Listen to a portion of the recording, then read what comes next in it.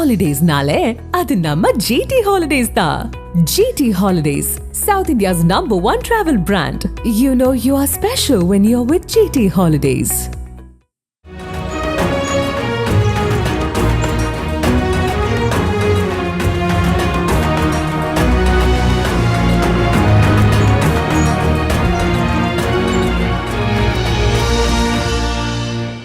Cricket வர்ணனையாளராக மாறினதில் உங்களுக்கு எப்படி இருந்தது அனுபவம்? ஏன் அட்வான்டேஜாக இருந்ததுன்னா, கிரிக்கெட்டு வந்து கிட்டத்தட்ட இந்தியா ஆடலான்னு வந்துட்டு தோத்துட்டோம். அதுக்கப்புறம் தேங்க் காட் மதன்ற ஒருத்தரை பார்த்தேன், ஜோக் எழுத வச்சார் ஆனந்த விடனில். அதில் ஒரு 17,000 ஜோக் ஏன்னு, பட் 1 lakh ரிஜெக்ட் ஆச்சுண்ணா. ஏன்னா அவர் ரொம்ப ஸ்ட்ரிக்ட்டு. எவ்ரி 7 ஜோக்ஸுக்கு இன்டூ போட்டுட்டே வருவார். ஒன்றுத்த ஓகே பண்ணார்னா வீட்டில் பெருமையாக சொல்லுவேன், இன்றைக்கி மதன் ஒரு ஜோக் ஓகே பண்ணிட்டார். ஸோ அது ஒரு 17,000 ஜோக் வந்தது. அதுலேருந்து அப்படியே நிறைய போய் ஃபீல்டில் வந்து எது எல்லாம் ஹியூமர் கனெக்டடோ, ட்ராமா, ஆர்ஜேயிங் பண்ணுறது, காலம்ஸ் எழுதுறது, அமுல் மாதிரி கேப்ஷன்ஸ் போடுறது, ஃபிலிம் ரிவ்யூ பண்ணுறது, நடிக்கிறது, ஆங்கர் பண்ணுறது, மாடலிங் பண்ணுறது, கிராஸ்வேர்ட் கிரியேட் பண்ணுறது, எல்லா ஃபீல்டுலேயும் வந்ததுக்கு காரணம் அவர் ஒரு டிக்கு போட்ட டிக்கு தான், அந்த ஜோக்குக்கு போட்ட டிக். ஸோ அதுலேருந்து எல்லா ஃபீல்ட்லேயும் வந்து ரொம்ப எல்லா ஃபீல்டும் என்ஜாய் பண்ணிட்டுருக்கேன். கமெண்டேட்டராக வரும்போது என்ன அட்வான்டேஜ் ஆச்சுன்னா, அந்த கம்யூனிகேஷன் ஃபீல்டு உள்ளே வந்துட்டேன்.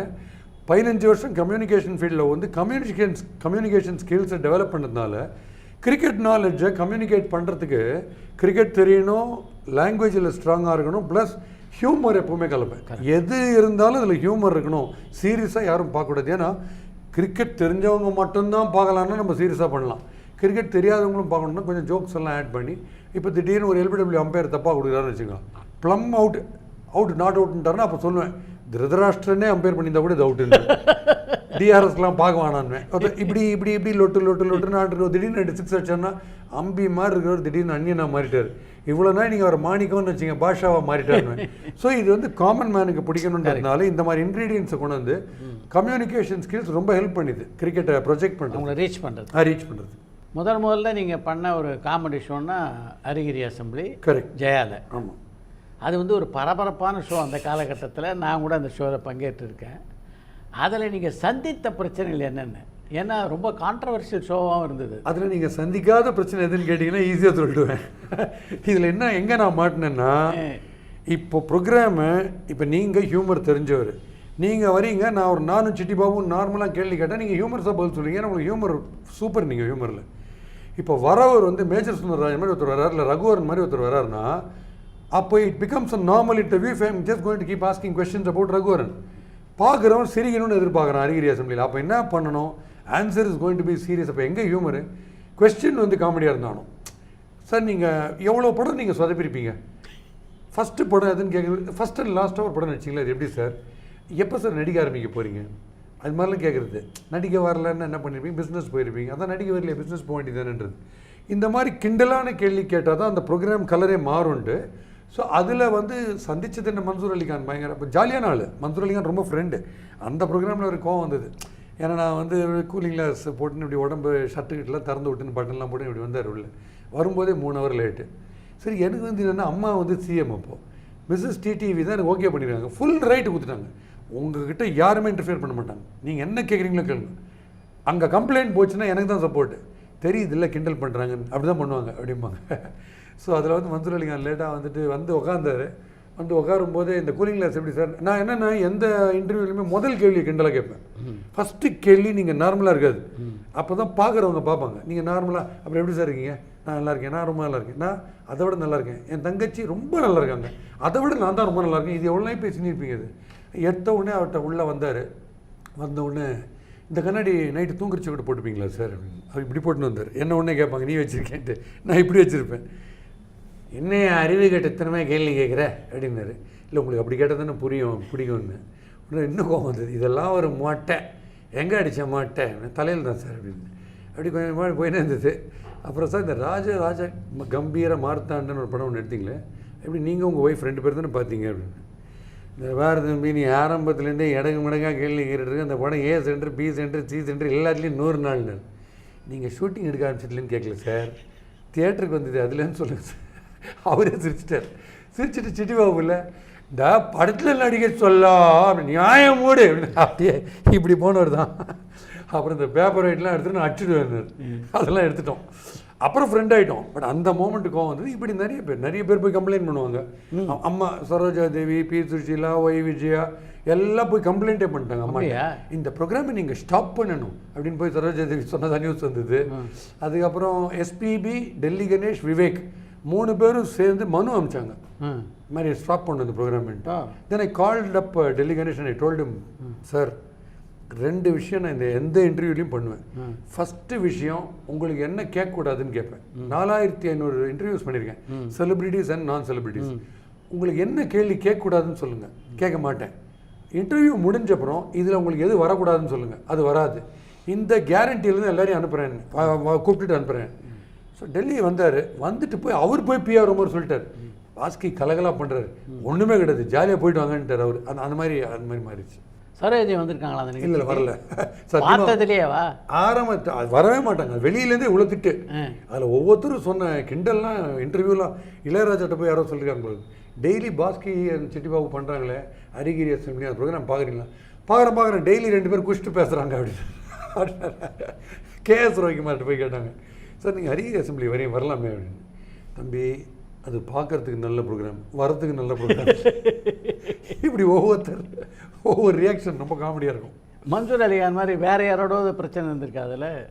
வேற ஒரு 2 பேர். ஒருத்தர் இந்த நான் சிரித்தால் தீபாவளி அந்த பாட்டில் வந்த லேடி, அவங்க பாதியில் கிளம்பி போயிட்டாங்க. ரொம்ப ரேரு, பட் பாதியில் கிளம்பி போயிட்டாங்க. சில பேர் இவர் நம்ம பாண்டியராஜன் பெரிய ஆக்டர் இல்லை, இப்போ திருப்பி வந்திருக்காரு. அப்போ பெரிய ஆக்டர் ஆச்சு, காமெடியில் சூப்பர் ஸ்டார் ஆச்சு அவர் ரொம்ப அவருக்கும் பிடிக்கும், அவரும் ஜாலி தான். பட் அன்றைக்கி நடந்த காமெடி என்னென்னா, அவர் ஏதோ ஒரு ஷூட்டிங், ஃபாரின் ஷூட்டிங் போய்ட்டு வந்து தீபாவளிக்கு அவருடைய எபிசோடு 2 டேஸாக நான் பைக்கில் போவேன் மயிலாப்பூர்லேருந்து ஈகாடு தாங்கல் போயிட்டு, இல்லைன்னா 2 தடவை போஸ்ட்போன் ஆச்சு. ஃபாரின் போயிருக்காருன்னு. அதுக்கப்புறம் அவர் உள்ளே வந்தோடனே ஒரே கூட்டம் செட்டில் அவர் இன்டர்வியூ உட்காந்தோடனே எல்லாம் ஆரம்பிக்கலாம் ஆக்ஷன்னாங்க. சார் என்ன சார் தீபாவளிக்கு உங்கள் ப்ரோக்ராமை போடணுன்னு பார்த்தா நீங்கள் எப்போ கேட்டாலும் மெல்பர்னில் இருக்கேன், சிட்னியில் இருக்கேன், இதே பந்தா காமிச்சுருக்கீங்க. நான் சொன்னேன் முதல் கேள்வி இப்படி எது இந்த பந்தா, நேரம் வர வேண்டியதானே ஸ்டுடியோக்கு, இங்கே பக்கத்து வீட்டில் இருக்கீங்க கேட்டோம்.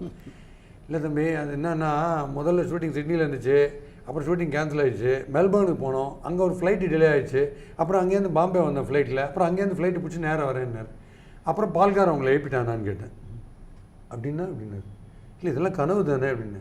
உனக்கு உட்காந்து நொட்டுறதே வேலையை உனக்கு வேறு வேலை எவனுமே நிம்மதியாக இருந்துடக்கூடாது உனக்கு அப்படின்னு கோவம் வந்து. அப்புறம் எல்லோரும் அவருக்கு சோடாலாம் கொடுத்து, சார் அமைதியாக இருக்கு சார், ஜாலி இன்ட்ரியா சார், டென்ஷனாக இருங்க அப்படி இப்படிலாம் பண்ணிட்டு அப்படி உட்காந்தாரு. திருப்பி ஆக்ஷன்னாங்க, நீங்கள் சத்யராஜ்லாம் ஒரே ஆகிட்டா சார் இன்னும் அப்படி வந்துட்டு பின்னாடி போட்டு ஹீரோன்ற அந்தஸ்தில் நாங்களாம் ஒரே ஆகிட்டு தான். அது மாதிரி நிறைய பேருக்கு எகிரி குச்சி கீழே வருவாங்க. அப்புறம் அவங்கள்ட்ட சொல்லுவேன், சார் இது ஒரு ஜாலி 20 மினிட்ஸ் கிட்டு சார், இது உங்கள் பர்சனல் அட்டாக், நீங்களும் பிஸ்தாவாக இருக்கவே தான் உங்களை கூப்பிடுறோம் கெஸ்ட்டாக, ஜாலியாக என்ஜாய் பண்ணுங்க. இப்போ திடீர்னு போகிறீங்க காலேஜுக்கு, ஹாஸ்டலில் போகிறீங்க, 4 பேர் பேசினாங்கன்னா 2 பேர் கலாய்ச்சாங்கன்னா எப்படி இருக்கும்? அவ்வளோதான் சார் லைஃபு. நான் என்ன கமல் ரஜினியை கலடா பண்ணுறோம், அதுக்கு எங்களுக்கு இது அதிகாரமே கிடையாது. நாங்கள் வேலு நாயகரையும் பாஷாவையும் கலடா பண்ணுறோம். இது இமிட்டேஷன் கேரக்டர். இப்போ நீங்கள் சினிமாவில் போலீஸ்காரன் எலும்பு துண்டுக்காக ஊழறான் காலில், பாலிட்டிஷியன் நக்கறான் அப்படின்லாம் பேசுகிறீங்கல்ல, அது அந்த கேரக்டர் தானே. இப்போ பாலிட்டிஷியனும் போலீஸ்காரனும் கருப்பு கொடி எடுத்துகிட்டு நீங்கள் படமே எடுக்கக்கூடாது எப்படி நீ சொல்லுவ? போலீஸ்காரன் கேட்டால் என்ன பண்ணுவீங்க? ஏ லவ்ஸ் பி, பி லவ்ஸ், இல்லை தேவர் ஒரு முஸ்லீமை லவ் பண்ணுறாரு, குறுக்க போலீஸ்காரர் இப்படி தானே எடுப்பீங்க. ஏ பிஏ லவ் பண்ணுது, குறுக்க சி நீங்கள் எடுக்க முடியாது. அப்போ டீச்சர்லாம் வருவாங்க ஸ்ட்ரைக்கில். அப்போ ஏதாவது ஒருத்தர் எடுத்து நீங்கள் அட்டாக் தான் பண்ணணும் அந்த கதைக்குன்ட்டு. நாங்கள் இந்த இன்டர்வியூக்கு உங்களை ஒரு கேரக்டராக கொண்டு 20 மினிட்ஸ் கலடாக பண்ணுறோம், மற்றபடி ஒன்றுமே கிடையாதுன்னு சொல்லி அப்படி. பட் அதுலேருந்தே I was portrayed as a villain cine ஃபீல்டில். ஆமாம். ஸோ அதனால் நான் 28 படம் நடிச்சிருக்கேன் கடைசி 30 வருஷத்தில். என்கிட்ட கேட்பாங்க, நீ இவ்வளோ தான் நடிச்சிருக்கீங்கன்னு. சார் நானும் ரஜினியும் ஒன்று சார், அவர் வருஷத்துக்கு ஒரு படம் நடிப்பார், நானும் வருஷத்துக்கு ஒரு படம் தான் நடிப்பேன். பட் அவர் நடிக்கிறதுன்றது அவரோட சாய்ஸு. நான் ஒரு வருஷத்துக்கு ஒரு படம் தான் நடிக்கலான்றது ப்ரொடியூசரோட சாய்ஸ், இண்டஸ்ட்ரியோட சாய்ஸ்ன்னு சொல்லுவேன். எனக்கு நிறைய ஃப்ரெண்ட்ஸ் இருக்காங்க. இதனால ஒரு ப்ராப்ளம் வரக்கூடாதுன்னு என்னோட பழைய ஃபீல்டு கிரிக்கெட்டுக்கே வந்துட்டேன். So I'm quite happy reviewing cricket because திருப்பி என்கிட்ட தேவையில்லாத ஆர்கியூ பண்ண முடியாது. இப்போ நீ உனக்கு கேட்ச் பிடிக்க தெரியுமானா பிடிச்சி காமிப்பேன், கூகுளி போட தெரியுமானா பண்ணி காமிச்சிடுவேன், பேட்டிங் ஆனால் ஆடி காமிப்பேன். ஆனால் சினிமாவில் நான் அவ்வளோ ஆத்தென்டிக் கிடையாது. ஸோ எதில் நமக்கு நல்லா வருமோ அதிலே போயிடலான்ட்டு இப்போ கிரிக்கெட்டில் ஃபுல்லாக பண்ணிட்டேன். இந்த ஷோக்கு வரவே மாட்டேன்னு சொன்ன பிரபலங்கள் யார் யார்? என்னுடைய மென்டார் மதன், கவுண்டமணி, செந்தில் வந்துட்டார், விவேக் வடிவேலு நோ. சோட்ட போய் கேட்டேன், சார் நீங்கள் வரலாமா சார்? எது வேறு எதுக்கு வேணால் கூப்பிடு, இந்த ப்ரோக்ராம் நான் வரல. அப்புறம் கௌதம் மேனன், கேஎஸ் ரவிக்குமார் வரமாட்டேன்ட்டார், அப்புறம் ஆல்மோஸ்ட் கிரேசி மோகன் வரமாட்டேன்ட்டார். அந்த மாதிரி நிறைய பேர். எஸ்வி சேகர் தைரியமாக வந்தார், ஒய்ஜி மகேந்திரன் தைரியமாக வந்தார். அவங்க தேவர் நாட் பாத்தர். ஒய்ஜி மகேந்திரன் கூட கொஞ்சம் ஹெசிடேட் பண்ணார், பட் வந்துட்டு ரொம்ப ஜாலியாக இருந்தார். எஸ்வி சேகர் 100th ஷோ தான் வந்தார். அவருக்கு எப்போ கூப்பிட்டாலும் வரும், எந்த லைவில் என்ன கேள்வி கேட்டால். இன்ஃபேக்ட் ஒரு லைவில் வந்து ஆக்ஷன்னு சொன்ன இப்படி பார்த்துன்னு என்னம்மா பார்க்குறேன் அப்படின்னாரு. அந்த லிஸ்ட்டு எடுத்துன்னு இல்லையா சேகர் அப்படின்னு. எது மேம் இல்லை இந்த வாரம் நீங்கள் என்னென்ன கட்சிகள்லாம் போனீங்கன்னு ஒரு லிஸ்ட் இருக்குமே, அது ரொம்ப பெருசாக இருக்குமா, வீட்லேயே வச்சுட்டு அப்படின்னு. அவர் அதுக்கு மேலே எனக்கு இந்த மயிலாப்பூரில் இருக்கிறவங்க எல்லாரோடையும் ஜாலியாக இருப்பேன் நான். அது ஒரு வெறும் ரோட்டில் பேசுகிறேன்னா ப்ரோக்ராமில் பேசுகிறேன்னா தெரியாது. ஸோ இந்த மாதிரி டிஎன் சேஷனை கூப்பிட்டேன். I would like to be எக்ஸ்கியூஸ்ன்ட்டு பார்த்துட்டு. பிரதாப் போத்தன் தான் செம்ம காமெடி. அவரை கூப்பிட்டாங்க director Venkataramani. when should I come to the studio, Venkatramani? அப்படின்னாரு. So tomorrow 10 o'clock you come, sir. 10:30 we will finish it and you can leave by 10:30. Okay, anyway I'll take a look at the program tonight அப்படின்னு. அன்றைக்கி night பார்த்துருக்காரு, ஹரிகிரி பார்த்துருக்காரு. பார்த்துனே வந்துட்டு program முடிஞ்ச next second phone, Venkataramani you wanted me to come to that program, is it? The one that got over now அப்படின்னு கேட்டிருக்காரு. Yes sir. They are raping the VIPs, man. How do you expect me to come there? எனக்கு வந்து தமிழ் கூட it's a problem. How do you expect me to come? அந்த மாதிரி reaction. இதுக்கப்புறம் பல ஷோக்கள் நீங்கள் பண்ணியிருக்கீங்க. சன் டிவியில் பண்ணீங்க, விஜய் டிவியில் பண்ணீங்க. அதில் உங்களுக்கு ரொம்ப பிடிச்ச ஷோ எது? டெஃபினெட்லி ரெண்டு இருக்குது. ஒன்று வந்து விஜய் டிவியில், அங்கே தான் ரொம்ப இண்டஸ்ட்ரியில் எம்எல்ஏ கோவம் வந்தது. அது ஸ்டாண்டப் காமெடி பண்ணு, இதே எப்படி இருக்குன்ட்டு. எவ்ரி மண்டே 1 hour வரும். It was also called Jujubi TV. அதில் எல்லா ஆக்டர்ஸோட வேஷத்துலேயும் வந்து எல்லாரையும் கலராக பண்ணுவேன். அதுதான் ரொம்ப பயங்கர ப்ராப்ளம் ஆயிடுச்சு. அதுதான் பேன் பண்ணாங்க என்ன. சினி ஃபீல்டில் they ban me saying that if Bosky comes on screen hereafter we won't give interviews ன்னு சொல்லி பேன் பண்ணாங்க. நான் சொன்னேன் வந்து அப்படிலாம் நீங்கள் பார்த்தீங்கன்னா அவ்வளோ ஸ்ட்ரிக்டாலாம் என்ன நீங்கள் கெரியரே கூட வரக்கூடாதுன்னு நீங்கள் சொன்னீங்கன்னா அப்போ ரொம்ப ஸ்மார்ட்டாக இருக்கிறவங்க தான் ஹீரோவாக இருக்கலாம், நாங்களாம் ஒரு ரெசல்யூஷன் போட்டால் நாங்கள் படமே பார்க்க முடியாது சார் அப்படின்னு. இந்த மாதிரி நிறைய தகராறு போச்சு. அப்போ தான் சொன்னேன், original characters in society like doctors, lawyers, policeman and பாலிட்டிஷியனை நீங்கள் கலாய்க்கிறீங்க. நாங்கள் ஒன்றுமே பண்ணாமல் டிக்கெட்டை கொடுத்துட்டு வந்து வாங்கி பார்க்குறோம். ஆனால் நான் வேலு நாயக்கரையும் பாஷாவையும் கலடா பண்ணுறதே உங்களுக்கு ஏன் கோவம் வருது? நான் ஒரிஜினல் ஆக்டர் யாரையா அதை தப்பாக சொன்னேன்? இல்லை, இமிட்டேஷன் கேரக்டரை நான் கலடா பண்ணுறது உங்களுக்கு கோவம் வந்தால், அப்போ ஒரிஜினல் கேரக்டர் சொசைட்டியில் நீங்கள் கலடா பண்ணுறது கோவம் வந்தால் நீங்கள் எப்படி படம் எடுக்க முடியும்னு கேட்டேன். எவ்வளோ படத்துக்கு ப்ரொடெஸ்ட்னு பாருங்கள். அதுக்கப்புறம் நீங்கள் எந்த டைட்டில் இப்போ நீங்கள் ஸ்டோரி டிஸ்கஷனுக்கு இல்லை, நீங்கள் டைட்டில் டிஸ்கஷனுக்கே ரூம் போடணும். எந்த டைட்டில் வச்சா பீப்புள் அக்செப்ட் பண்ணுவாங்க, ஸ்ட்ரைக் பண்ண மாட்டாங்கன்ட்டு. கடல்னு ஒரு படம் எடுத்திங்கன்னா அப்புறம் மீனவர்கள்லாம் ஸ்ட்ரைக்கில் வருவாங்க. அஃப்கோர்ஸ் அந்த படத்தில் மீன்களே ஸ்ட்ரைக்கில் போயிடுச்சுன்னு வச்சுங்க, அது வேறு விஷயம்.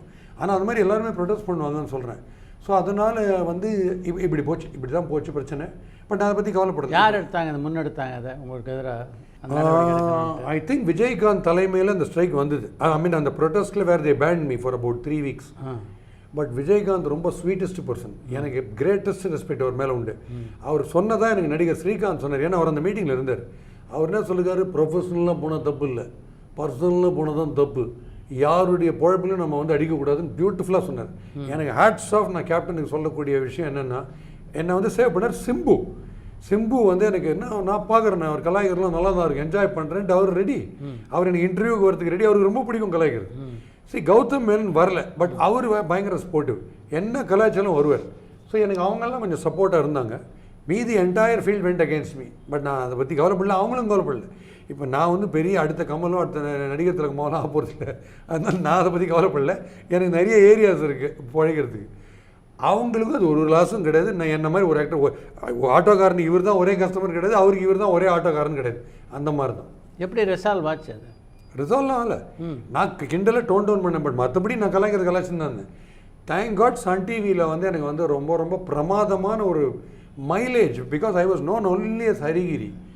People hardly knew there was somebody called Bosky and this is Bosky. அந்த ஐடென்டிட்டி கிரைசிஸை சால்வ் பண்ணது சன் டிவி. ஏன்னா 1000 டேஸுக்கு stand up comedy breakfast show Vijay சாரதின்னு ஒருத்தர் தான் ரெகக்னைஸ் பண்ணி கொடுத்தாரு. சொல்லுங்க பாஸ் அப்படின்னு டெய்லி ஒரு 7 minutes standup comedy every day based on current affairs. அது 2012 ஆகஸ்ட்லேருந்து 2016 February வரைக்கும் வந்தது. ஒரு 1000 shows. அது நான் உண்மையிலேயே தேங்க் பண்ணணும் சன் டிவி. பிகாஸ் உலகம் பூரா பாஸ்கின்னு எனக்கு சொல்லி தெருவில் இருக்கிறவங்களாம் பாஸ்கின்னு கூப்பிட ஆரம்பிச்சு அந்த ஷோனால தான். ஏன்னா அது ஐடென்டிட்டியில் வந்து யாருக்கும் தெரியல நான் தான். அதனால் ஹேட்ஸ் ஆஃப் டு தெம். அவங்க எல்லா சேனல்ஸுமே கலைஞர் டிவியில் பிரமாதமாக கிரிக்கெட் ஷோ வந்து நீலு பிரசாத் நானின்னு என் 3 ஃப்ரெண்ட்ஸை வச்சுருந்தாரு. பண்ண ஷோ வந்து விபிஎல்னு ஒன்று பண்ணேன். அதுக்கப்புறம் டாக்கு பேக்குன்னு என் friend Prasad is no more ரீசெண்டாக இருந்தார். எல்லாம் எக்ஸ்ட்ராடினரி காமெடி அவங்கெல்லாம். ஸோ இவங்களெல்லாம் வச்சு எல்லா channels including Doordarshan, Vijay TV, பாலிமராக இருக்கட்டும், எல்லா சேனல்ஸும் பிரமாதமாக என்ன என்கரேஜ் பண்ணாங்க. அதில் டவுட்டே கிடையாது. ஸ்டாண்டப் காமெடி லைவாக பண்ணும்போது நிறைய ப்ராப்ளம் இந்த சென்ஸ் கிண்டல்லாம் நிறையா வந்திருக்கு. பேடாக வந்து கமெண்ட் அடிக்கிறதுலாம் வந்திருக்கு. அந்த மாதிரி வந்தபோது நிறையா எனக்கு ரொம்ப பிடிச்சதெல்லாம் இருக்குது. ரொம்ப மறக்க முடியாத நிறைய வாட்டி சொல்லியிருக்கேன். ஒரு 15 இயர்ஸாக சொல்லின்னு இருக்கேன். ஒரு பர்டிகுலர் காலேஜில் வந்து நிறைய கேர்ள்ஸ் இருந்தாங்க. ஒரு செக்ஷன் ஆஃப் கைஸ் வந்து அவங்க எங்ககிட்ட வந்து ஃபோட்டோலாம் எடுத்துக்கிறாங்களேன்ற ஒரு கடுப்பில் இருந்தாங்க. பொண்ணுங்களாம் எங்க கூட ஃபோட்டோ எடுத்துக்கிறான்ற கடுப்பில் இருந்தாங்க. அட்வர்டைஸ்மெண்ட்ஸை நடிச்சு காமிக்கிற ஒரு காமெடி இருக்குது. It's call adzap. ஜென்ரலாக காலேஜ் கல்ச்சரில் ஆட்ஸ் ஆப்னு ஒரு 5 people group together and we give some product, you suggest a product and they will enact as an advertisement. Then அது முடிஞ்ச உடனே கை தட்டுவாங்க, எதாவது பண்ணுவாங்க. நாங்கள் ஜட்ஜாக கேள்வி கேட்கணும். ஸோ ஒரு ஷோவில் வந்து செங்கல்பட்டு மெடிக்கல் காலேஜில் வந்து 5 பேர் பண்ணாங்க. 2 நிமிஷமா 3 நிமிஷம் நடித்தாங்க. எதுவுமே புரியல எனக்கு. அவங்க என்ன பேசுகிறாங்க, என்ன நடிக்கிறாங்க, என்ன ப்ராடக்ட் பேர் கூவம் மினரல் வாட்டர். நடித்து முடித்தாங்க. அதில் முடிச்ச உடனே ஒருத்தன் என்ன பண்ணால் மைக் எடுத்து, ஜட்ஜே நீ கேள்வி கேட்கலாம் அப்படின்னா. அப்போ நினச்சேன் இவ்வளோ மரியாதையாக இருக்காங்க. ஜட்ஜு நீ கேள்வி, எனக்கு மரியாதை வேணாம், ஜட்ஜுன்ற ஒரு வார்த்தைக்காவது மரியாதை வேணும். ஜட்ஜு நீ கேள்வி கேட்கலாம். நான் என்ன பண்ணேன், நீங்கள் போட்டியில் கலந்துக்கலையான்னு கேட்டேன். அவன் நடித்து முடிச்சப்புறம் அவன் தெரிஞ்சிச்சு நான் கலாய்க்கிறேன்னு. இன்னொருத்தன் என்ன பண்ணால் மைக்கை எடுத்துட்டு, தலை நீ டிவியில் தான் லூஸ் மாதிரி பேசுகிறேன்னு நினச்சேன், நீ நேர்லேயும் லூஸ் மாதிரி தான் பேசுகிறேன்னா. நான் சொன்னேன் இந்த காலேஜுக்கு நான் வந்ததுலேருந்தே உனக்கு தெரியணுமா நான் லூஸுன்ட்டு. அது ஃபேக்ட்டு. பட் நான் நேரில் மட்டும் லூஸ் இல்லை, சைட்லேயும் நான் லூஸு தான். இன்ஃபேக்ட் என் குடும்பமே பைத்தியம். என் தெருவில் இருக்கிற அத்தனை பேரும் பைத்தியம். நீ வேணால் வந்து செக் பண்ணிப்பார். எல்லாம் மென்டல், பெரிய பெரிய லெவலில் XL XXL மென்டல்லாம் இருக்குது. எனக்கு ஒன்றே ஒன்று தான் தெரியணும், கூவம் மினரல் வாட்டர்னு ஏதோ ஒன்று நடிச்சிங்கல்ல, அது என்னன்னு கொஞ்சம் சொல்லு. உன்னை இன்னொருத்தர் மைக் எடுத்து தான் சொன்னேன் லூஸுன்ட்டு. நீ என்ன பண்ணு, இந்த கூவம் மினரல் வாட்டரை குடிச்சு பாரு, ஃபஸ்ட் கிளாஸில் பாஸ் பண்ணுவேன்னா. நான் சொன்னேன் எனக்கு தெரிஞ்சு இதை குடிச்சா ஒன்று தான் பாஸ் பண்ண முடியும், வெளியில் போய் பாஸ் பண்ணணுன்னு. ஒன்று இன்னொருத்தர் ரொம்ப கோவம் வந்துச்சு.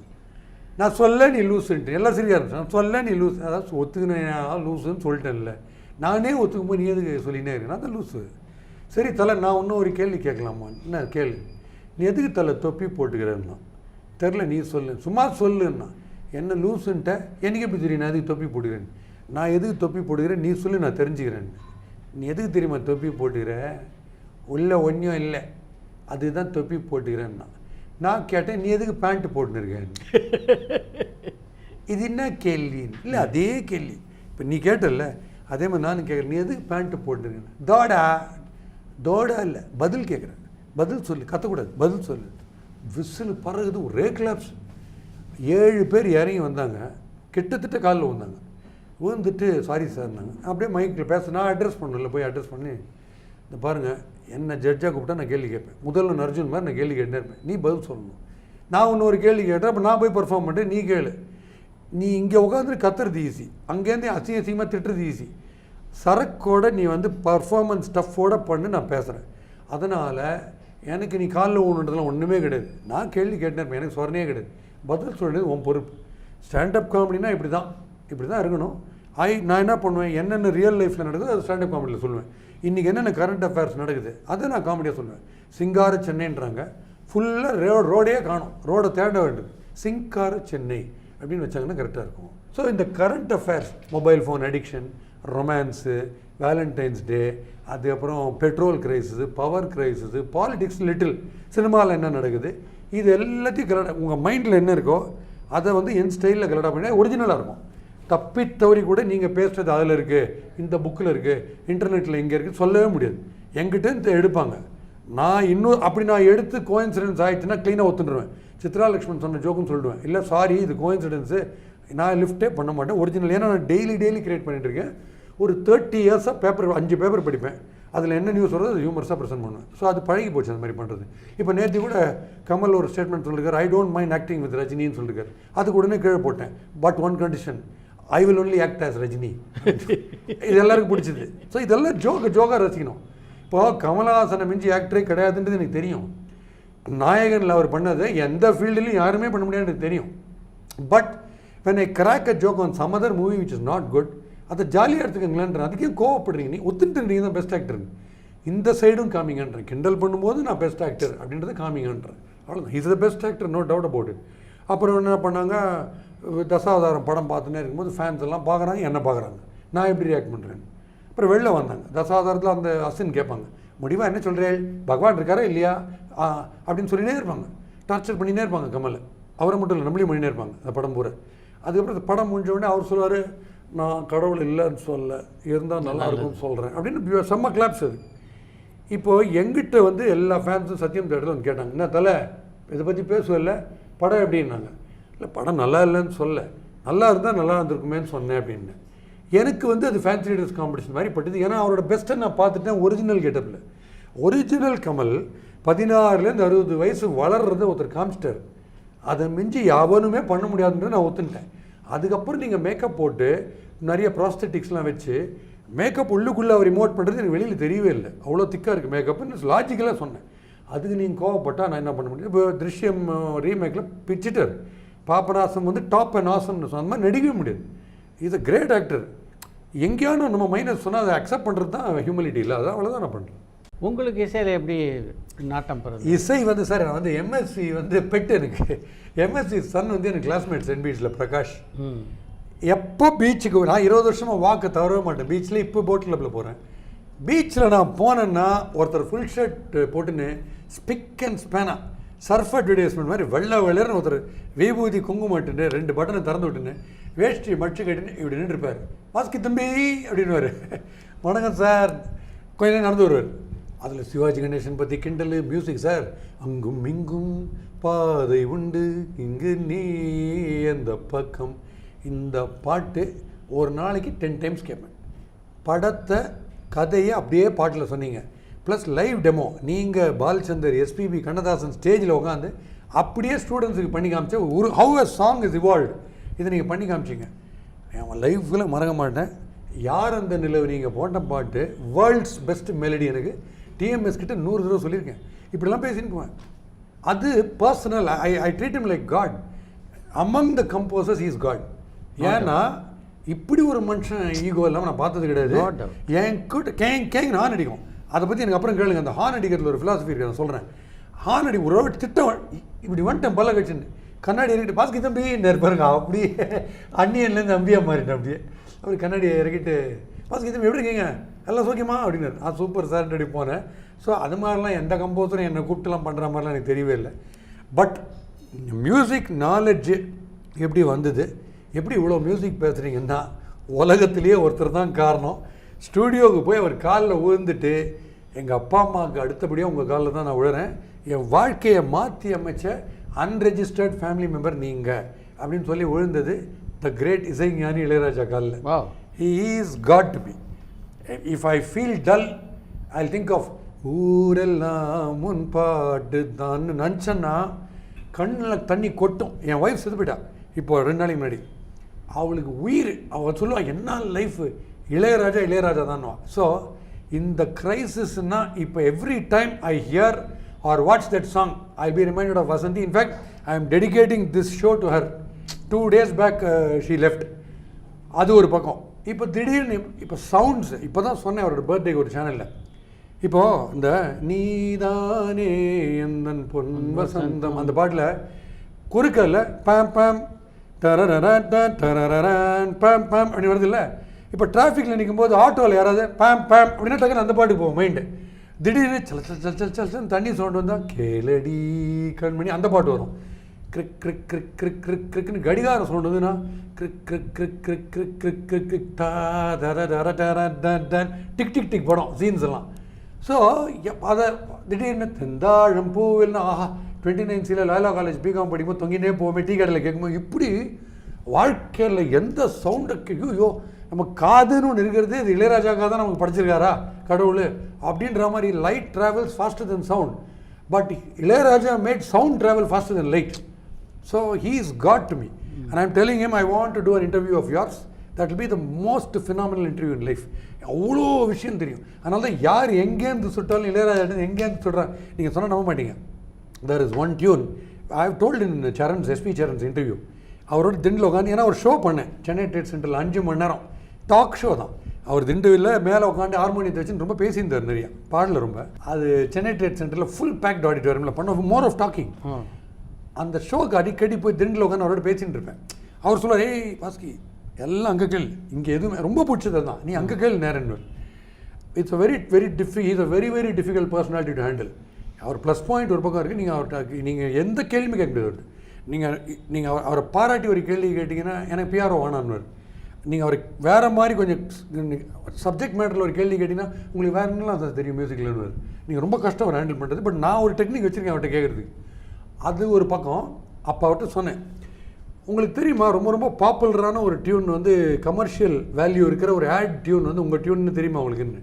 அது தெரிஞ்சு அவர் போட்டாரா இல்லையான்னு எனக்கு தெரியாது. கோஇன்சிடென்டலி இட் இஸ் யுவர் டியூன்னு சொன்னேன். சரி பாஸ்கி இதே வேலை உனக்கு கலாய்க்கிறதுன்னு. நான் சத்தியமாக கலாய்க்கல, நான் சொல்கிற டியூனு நீங்கள் போட்ட டியூன் இந்த டியூன்னு கேட்டது. ஒரு பாட்டு பாடி காமிச்சேன், அது என்ன டியூன் தெரியுமான்னு. ஃபஸ்ட்டு என்ன சொல்லிட்டேன், ஃபஸ்ட்டு நம்மளுக்கு அந்த டியூனை சொல்லிடுறேன். இது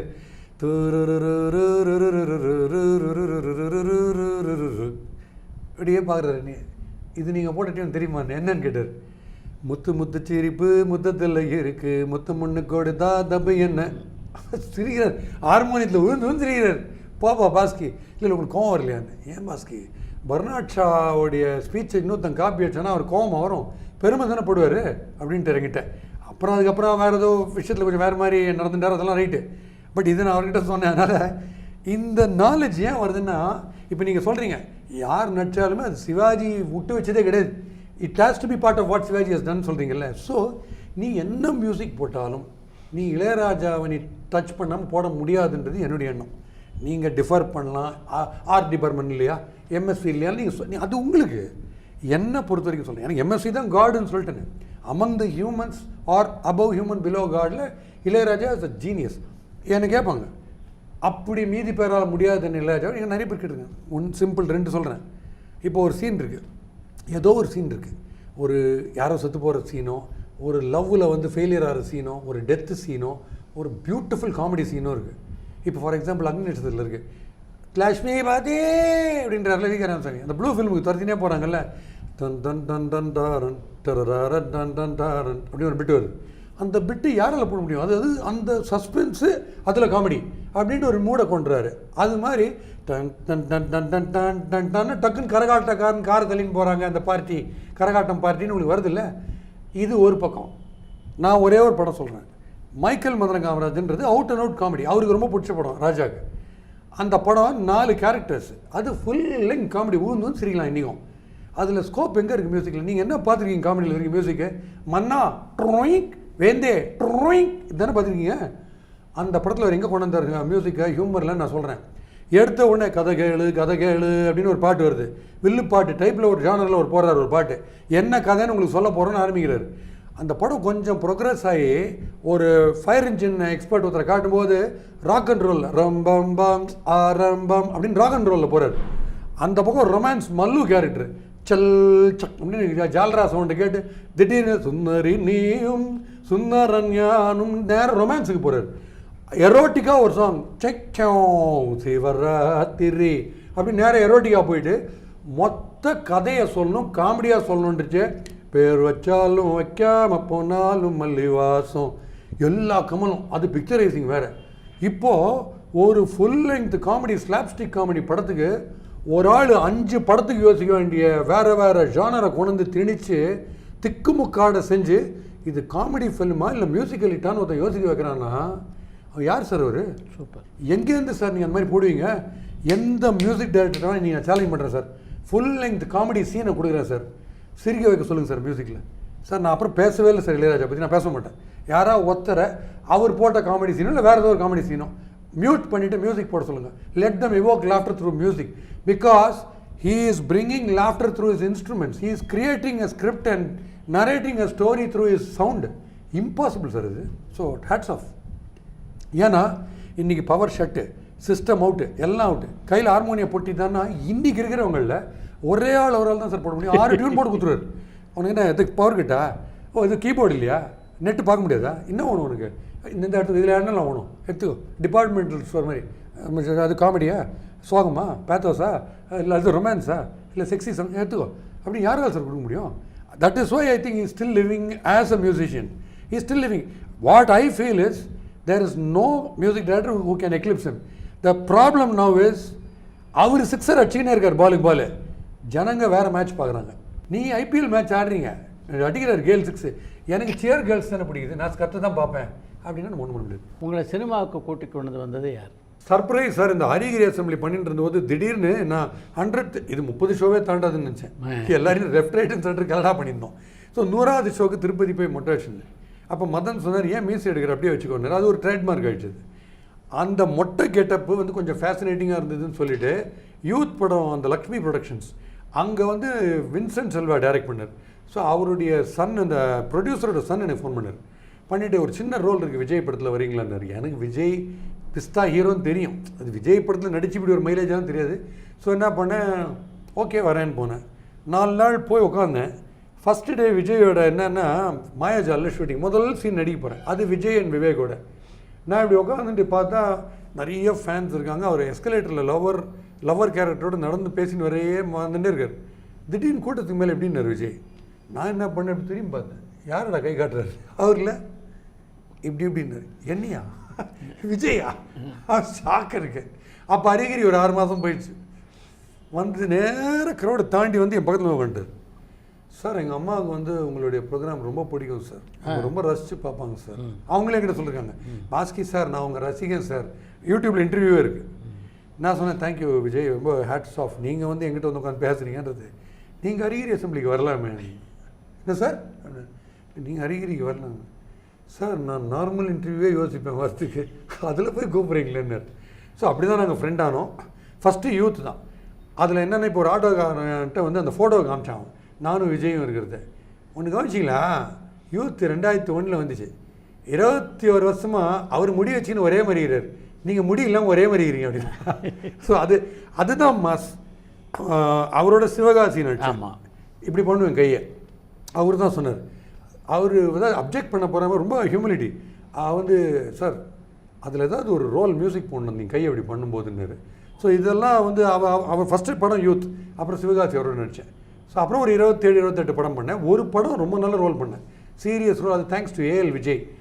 பாலாஜின்னு பொய் சொல்ல போகிறோம் நல்ல ரோல் கொடுத்தாங்க, சீரியஸ் ரோல் கொடுத்தாங்க. ஏன்னா அதில் நெடுமுடி வேணும், மௌலி, நாசர், டெல்லி கணேஷ் மாதிரி கிரேட்ஸுக்கு நடுவில் ஒரு சீன் இருந்தது.